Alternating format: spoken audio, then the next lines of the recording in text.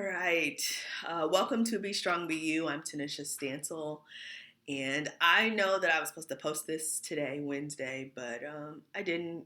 Sorry. And at least I'm getting it done. So it's Wednesday and I'm recording. My brain has been swirling with just so many things that I will eventually talk about. But in my mind, I feel like I started this story off chronologically. And now it's just kind of like, when I talk about something and there's a question, and so I want to go back and answer that question. And so I'm going to keep combining my younger years with my older years until I get to my older years. And I just want to reiterate this one more time. This is my story from my perspective. These are my thoughts. And just as if someone else was telling their story, maybe I wouldn't be the best person in their story. And I mean, these are the influences that get us where we are and how we become who we are today. And as terrible as this story is, I'd like to say that I've been resilient in making it to where I am today, to meet the people I needed to meet, to be the best person I can be. And I'm always evolving and always growing. And so, for those who, I'm not the same person I was a year ago. I'm definitely not the same person I was 5 or 10 years ago. And I'm grateful for that. And so today, I I hope that you all have been catching up with my videos. And so I've been talking about abuse when I was younger. And so just to recap, I do have alopecia areata totalis, which is an autoimmune disease of your hair. And so that's initially what started this whole venture and what it was like. And I will eventually intertwine that part of Be Strong, Be You, but I can't do it without getting through how I got to the point of uh, getting to my natural state of where I am today, of being me and being free and wearing no hair, no wigs. And so um, I think it's important. I see this post on Facebook often is church was a very big part of my life. I grew up in the church. I was in the church until I graduated high school. And then I think it's important as I talk about where my faith was when I was younger and how my faith shifts as I leave that environment and that world where I was and move into adulthood and finding my faith again and finding my belief and going down the road of mental health illness and suicide. And so the quote that always comes to me, and just to be real again, remember these videos are in raw form. I don't edit them. I literally just upload them, and however they come out is how they come out. I think that's the authenticness of this, and this is what makes it therapeutic for me. And as you can tell, I'm getting nervous. Oh, but I always tell the truth, even if your voice shakes. I love that quote. Um, so when I was growing up and I was going through the abuse, there's a quote that I always run across and says, why do people in the church, and I'm just paraphrasing, they always know when a girl's being fast, but they can never discern when a girl's being abused. And so for me, I can't even say what the mental state is when you're going through abuse. It's kind of like surreal, like an out of body experience. And then eventually it becomes normal. Like, this is like, as a child, you think, I done messed up my headband, y'all. I'm getting all nervous and stuff. I'm sorry. As a child, you start to think this is what life is like because you don't know what to expect in life, right? Because you're a child growing and learning from the people that are raising you and the people that are around you. And so when something like abuse starts to come up, you wonder, it's like, for example, okay, I'm just gonna have to give an example, and I don't know if kids are gonna be able to watch this episode, but as Look, I'm doing all of the nervousness. Okay, I'm gonna get through this. As a kid, they tell you to shield your body, don't let nobody touch your body but your parents, your doctor, trusted individuals. But then if you're made to watch pornographic material with an adult, in your mind, and on top of that, going to a church, on top of that, you know that's wrong. Within you, you know you shouldn't be watching that, because if you're watching a movie as a child with your parents, and I'm a mother myself, and something's coming up questionable, then I tell my son, close your eyes, or turn your head. And so it was a conflict of like, I think a movie coming out when I was younger was Soul Food. If I'm watching Soul Food and I'm not supposed to be, if I have to turn my head during the inappropriate sexual scenes, but then I'm watching a movie with a parent and it's like, watch the movie and no one's telling me to turn my head, it's a conflict, right? And so in there, it's like, well, maybe it's okay to do. Or maybe it's okay to just do with that person. And so the exposure that happens on a subtle basis that constantly is in the back of your mind really starts to shape, for the worst reason,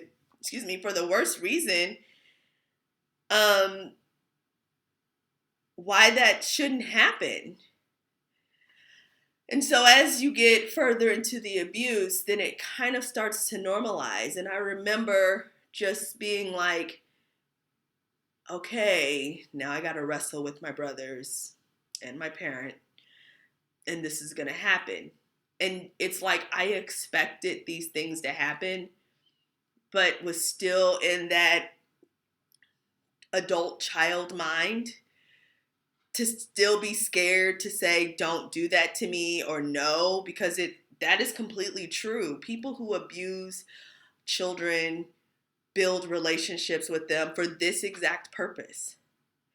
And so even the normalization of every morning I knew I was going to wake up, I knew I was going to have to go through this. It was just a daily routine. How awful is that? And so what bothers me about it is I remember going to church and I remember the ladies telling me, don't be hugging up all over that man. I was a hugger when I was younger. I'm still a hugger as an adult. But I remember them being like, don't be around that man like that. Don't be talking all in that man's face. But nobody once questioned why I might have been drawn to males. And I'm a firm believer that predators sense that about children. They sense who they feel is weak. And as a girl with alopecia, with an autoimmune disease, I was weak. It was easy to prey upon me. And in the manner in which we grew up, like I had no voice. If I did anything wrong, it was straight discipline. And so essentially, I was just left out there for the wolves, because at this point, everyone probably knew in that mental mind frame of a predator that I could be preyed upon and no one was going to save me. And I have a hard time with that. And this was a part of that thing I needed to relearn for myself about how you go to church or you have your relationship with God for God and not for the people or the place. Because my whole life, I used church and the place as a safety net. I used the people as a safety net. And I remember at one point, in trying to use the place and the people as a safety net, those people were told things that were untrue about me, like don't let her be next to your husband, don't let her come to your house because she might be up to no good, or even the acts that I did as a young child that were sexually inappropriate. No one said, where did she learn that from?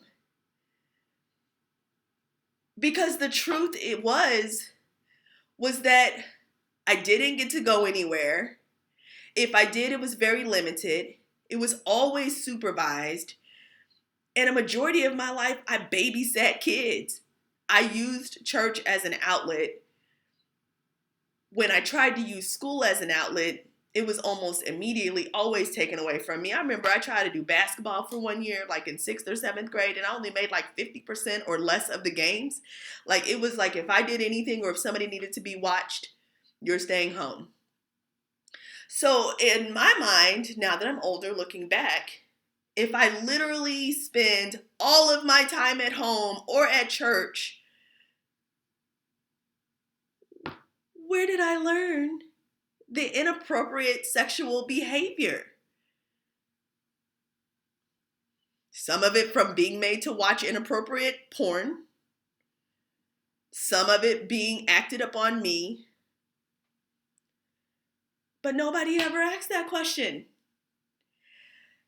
And it irks my soul so much when I see people go through things and no one gets to the root cause of why it's occurring. It was like you did this. People were just seeing the reaction of what I had learned. They were just seeing me do that because how would I know that? And furthermore, these people had histories of doing these things to people. And even in me telling my truth about it, as well as maybe many other people may do it, predators, let me just say that, no one holds them accountable. So I'll be broken while this person can go, and as you will see in my story, I'm sorry, this person will continue to break other people. And at some point, and I think that's what makes me such a passionate educator and advocate for children, because I know what it feels like to feel like I have nobody to advocate for me as a child. No one advocated for me as a child. And there's no type of religion in this world that would let me allow that happen to my child. Nothing. I can't even think of one instance where I would be like, let's just pray our way through it. I can't think of nothing.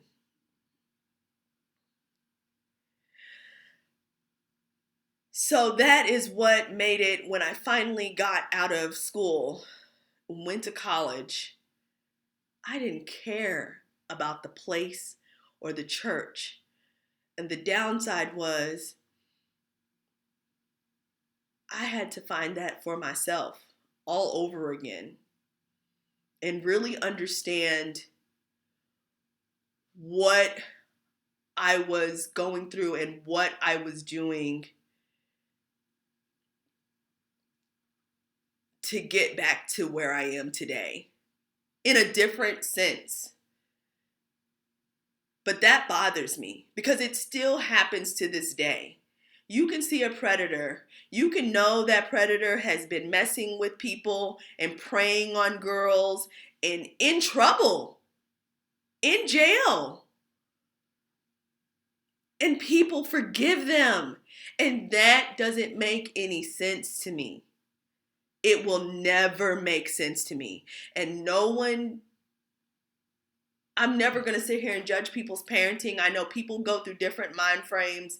And I guess for me, people are doing, I don't know, somebody comment on this and tell me what you think makes people I mean, we watch all the movies, for colored girls. We watch all those movies that talk about sexual abuse and maybe why people stay out of convenience, and it takes them a long time, or that's all they have and they don't have anybody. And I completely understand that. But nobody gonna stand up? No, nobody, not one person will say, you're a predator and you're wrong. On top of that, get your behind out the pulpit, get out of the church, stop trying to teach people when you over here doing something you shouldn't be doing. Everybody has sin. Everybody sins. But I have a hard time with that particular sin and you in the church trying to teach me something. Because I can't receive nothing from you. And that's my opinion, and I'm free to have it. There's plenty of things that you may think, oh, well, if you're doing that, you shouldn't be preaching in front of me. Again, you're entitled to that opinion, and there are things that have shaped you to think that. And for me, it's preying on children. Because that is mentally damaging. And so let's just have a conversation in the comments about this, because I have a hard time with it. Not only that, it's like the people that I cared about the most growing up, they know my story. And to them, I want them to reflect, why didn't you say anything?